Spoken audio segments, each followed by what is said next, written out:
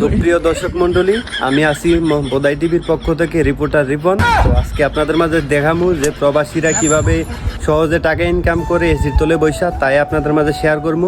তো চলেন যে সম্পূর্ণ ভিডিওটা দেখা যাক, আর দেখেন যে কিভাবে প্রবাসীরা টাকা ইনকাম করে, কত সহজে টাকা ইনকাম করতে পারে, তাই আপনাদের মাঝে শেয়ার করবো এই ভিডিওতে। তো চলেন।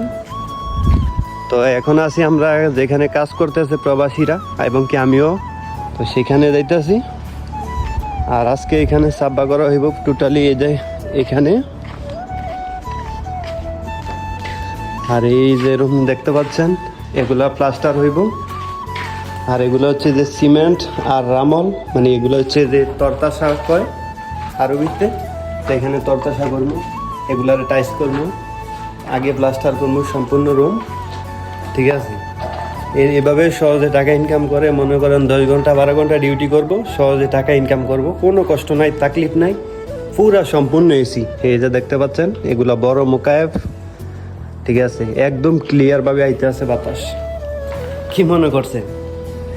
আসলে এটা আমার কথা না, এটা হয়েছে বাংলাদেশের হলুদ সাংবাদিক আছে না, হেরা এমনি নিউজ করে যে লটকনের বাম্পার ফলন।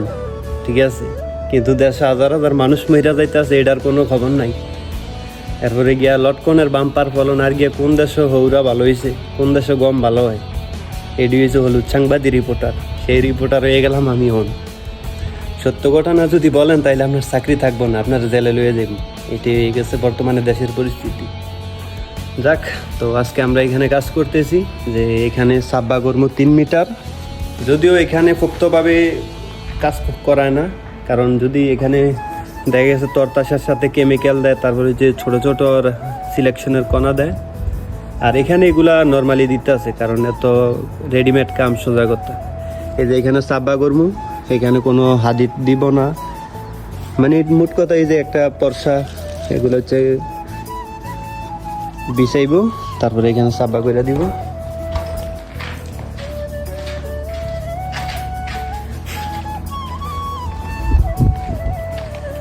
আর এই উপরে শেঙ্কুর কাজগুলো আমরা করছিলাম। শেঙ্কুর কাজ হচ্ছে যে টিনের মতো বাংলাদেশের, এগুলো হচ্ছে শেঙ্কু কয় সৌদি আরবেতে। আর এখানে টোটালি হচ্ছে 20 কিস সিমেন্ট। তো আমরা 10-15 কিসের সাব্বা করবো এখানে। ঠিক আছে, তো প্রবাসীরা এত সহজভাবে যে টাকা ইনকাম করে ফেলে। ঠিক আছে, কোনো তাকলিফ নাই, কোনো কষ্ট নাই। আমি বলি কি ফ্লাফাইন যে দেশ লেখাপড়া না করে বিদেশ চলে আস, কারণ মূর্খরা বর্তমানে দেশ চালাইতেছে। এত লেখাপড়ার দরকার নেই, কোনো রকমে যে চাইয়া কোনো রকম লেখাপড়া জানলে হয়েছে, যে দেখা দেখা রিডিং করতে পারলে হয়েছে, নিজের নাম লিখতে পারলে হয়েছে। আমার মনে হয় এতটুকু শিক্ষা অর্জন করতে পারলে চলে, কারণ এই দেশে শিক্ষার দাম নাই বর্তমানে আমার সোনার বাংলাদেশে। তো এই কারণে এত অল্প বয়সে প্রবাসী হয়ে গেছি। আমিও চাই কি সবাই প্রবাস আইসালাম, এসে টাকা ইনকাম করেন, নিজের কষ্ট করে যোগ্যতা দিয়ে টাকা ইনকাম করেন। সবাই ভালো থাকবেন, সুস্থ থাকবেন, আল্লাহ হাফেজ।